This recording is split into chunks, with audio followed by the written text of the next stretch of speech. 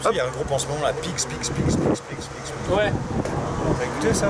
Non, j'ai vu juste le nom. C'est pas mal. Pigs, 7 fois. X. Ah ouais, c'est pratique.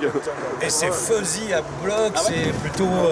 Mais eux, ils ont l'air de traîner avec une scène carrément punk, en fait, alors que ça fait vraiment stoner, enfin, entre guillemets, tu vois, mais ça fait vraiment gros riff fuzzy et tout ça, c'est pas mal, quoi. Ah, c'est très psychédélique, en tout cas, quoi. Très fuzz psychédélique, et pourtant, ils viennent pas d'une scène particulièrement heavy ou quoi que ce soit. D'accord. Donc votre premier album arrive le 19 juin 2009, c'est Holy Shit. Donc la Sainte Merde. Il avait que 8 ans. Non, je rigole. Non, quand même pas. Et là, il commence à traîner au bar. Je me souviens. Et tu traînais déjà au bar? Donc voilà, Holy Shit, la Sainte Merde. Quelle est l'histoire derrière ce titre? Ouais, je sais pas, c'est juste une exclamation. Je trouve qu'elle est incroyable. C'est comme tu dirais putain de merde en français. Les gens disent holy shit, ça veut dire merde sacrée, quoi. Et je trouve ça, tu sais, comme il y a Holy Bible, c'est comme ça que c'est écrit hein, dans les hôtels aux États-Unis. Quand t'as le tiroir, t'as la Bible dans tous les hôtels là, dans le tiroir, c'est écrit Holy Bible, quoi. Et là, c'est holy shit.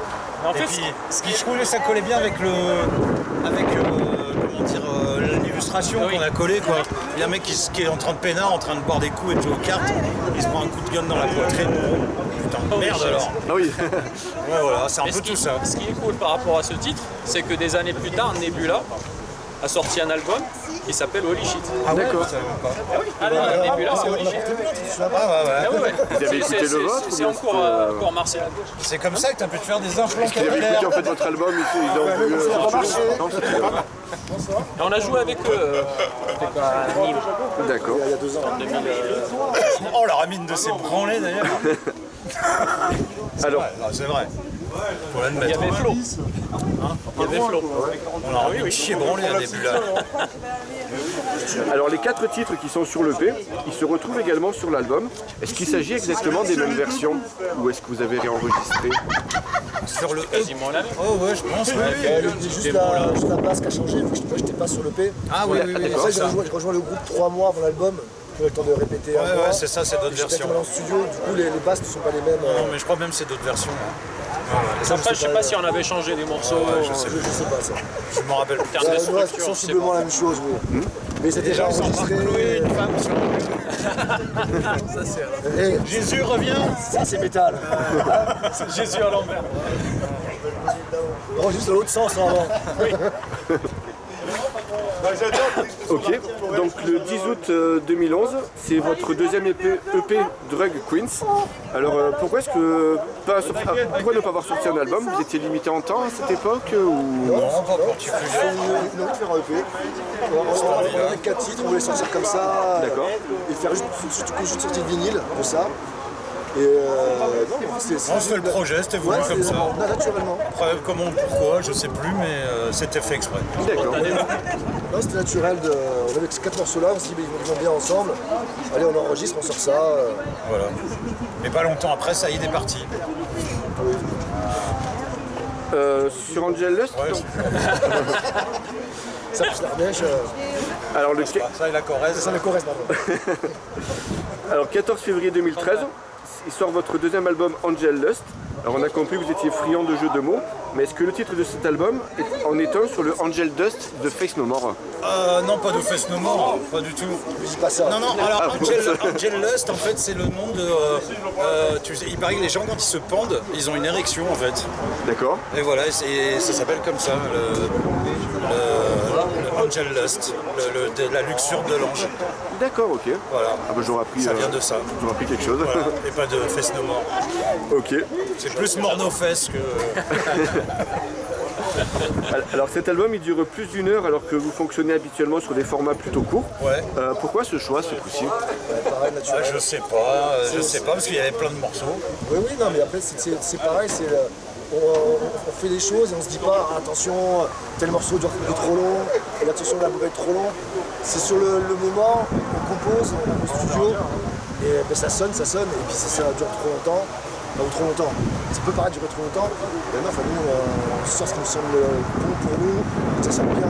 Parce qu'il y a beaucoup, il y a des morceaux assez longs aussi, c'est ça qui fait que c'est devenu un double LP, c'est histoire d'avoir une qualité de son. Et aussi là, le fait de sortir un double LP. D'accord. Ça n'est pas souvent, c'est comme la place. Voilà, justement, j'ai eu l'impression que sur cet album, il y a beaucoup de parties qui me semblent improvisées. Est-ce que c'est le cas ou pas? Sur Angel Lust? Oui. Bah non, pas particulièrement. C'est pas improvisé, mais c'était beaucoup de jam. D'accord. Donc ouais, à cette époque-là, c'était parti. C'est Ron qui avait pris la guitare. C'était une autre façon de fonctionner aussi. Et du coup, tous ces passages qui sont un peu plus ambiants, c'est du jam à la base. Et qu'on a du coup rassemblé. C'est ça qui a ce petit côté que tu penses improviser. Oui, je me suis posé la question en fait. Mais c'est non, Après, il y a eu toutes sortes de jam. C'était des jams qui ont duré des jours entiers en répétant. Et après, dès qu'on avait une formule,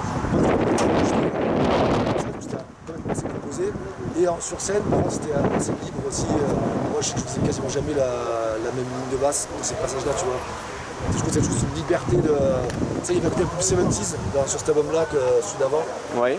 D'où le côté qu'on peut entendre, qu'on croit que ça peut être jamais en studio. Mais Ouais, non, puis il y a non, eu des c'est petits trucs un peu décidés en dernier moment. À l'époque, il y avait Sven, le guitariste de Parabellum, qui était super fan de Mudweiser. Vraiment, il était là, oh je t'envie, je suis jaloux que t'aies un groupe comme ça.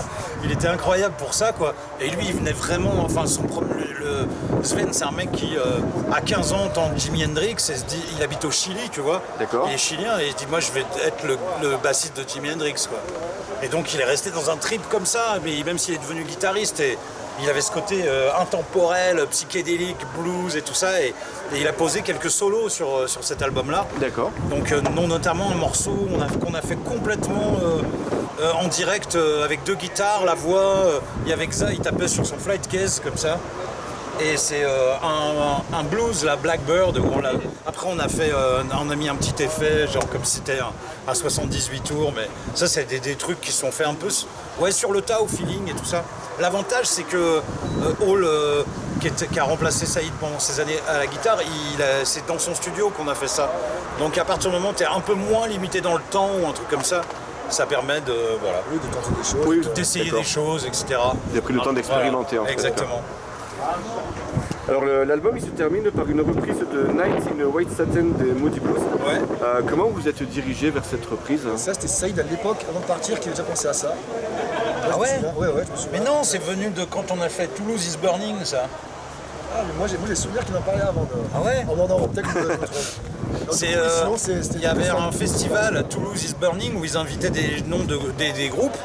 Et chaque groupe devait jouer 3 morceaux, je crois.